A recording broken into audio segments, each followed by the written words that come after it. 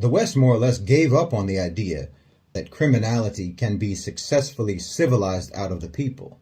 They gave up on the idea of refining the morals and ethics of the population. And why not? Why wouldn't they do that?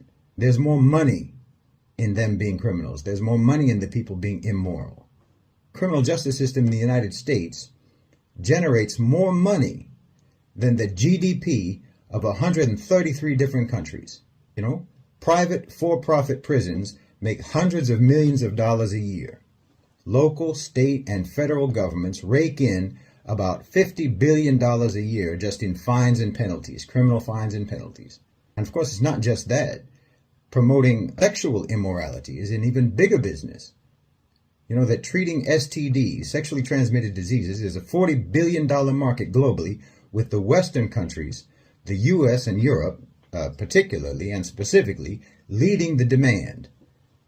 And obviously, it's a growing market. It's expected to grow.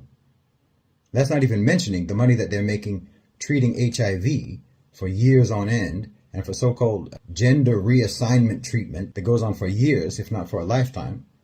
I mean, the pornography business in America is worth $15 billion, and alcohol is a market that's worth more than $1 trillion. You know, there's roughly 2 million arrests in the United States every year for DUIs, and each DUI is estimated to be worth up to $20,000, with that money being spread across multiple sectors, from the financial penalties in the criminal justice system, to lawyers, to insurance companies, and so on.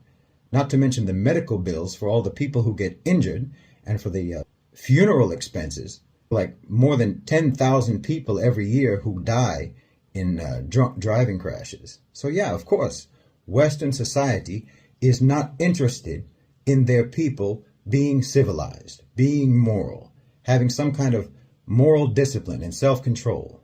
Well, I would guess that the U.S. economy would probably be reduced by at least 20 to 30% if the people were not indoctrinated to commit crimes and sins and immorality. That's why they not only don't try to refine them, but actually brainwash people into thinking that all of those things, all of those sins and all of those crimes are actually just fun and good, and it makes them have interesting and exciting lives. It makes them think that it's them being free and independent and individualistic and all that. Makes them think that they're in a movie. When actually they're all just being sold into hell. Hell on earth and hell in the hereafter. But they don't want you to believe. They don't want you to believe in hell in the hereafter. They don't want you to believe in the judgment day.